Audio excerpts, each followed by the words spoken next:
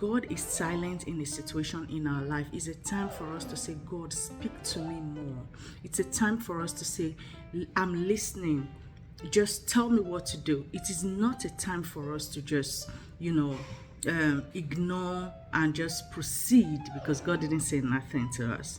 It is very important that we use that season as a pruning season in our life to talk to God, wash ourselves, prepare ourselves. It is a time for you to get prepared for where God is taking you, and not a time where you should just, give yourself a yes. It is not a yes until God says it's a yes, right? So basically, what I'm trying to say is that when God is silent in a situation in your life, it is not that God has abandoned you. It is not that God has neglected you or He doesn't remember you exist. God knows you exist. God knows what you're going through. He knows. He sees the tiny sparrows when it falls. He knows everything, like everything. Okay? So He knows even your thoughts, what you're thinking about, right? So when God is silent in your life, it is a time for you to work on yourself. God is preparing you. He's not answering your prayer yet.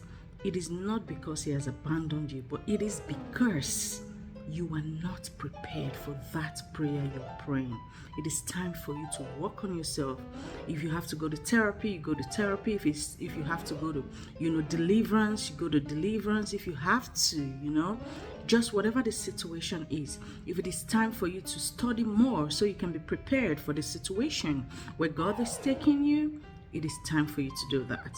But it is not time for you to give yourself a yes, yes, yes, and proceed and do that which you want to do.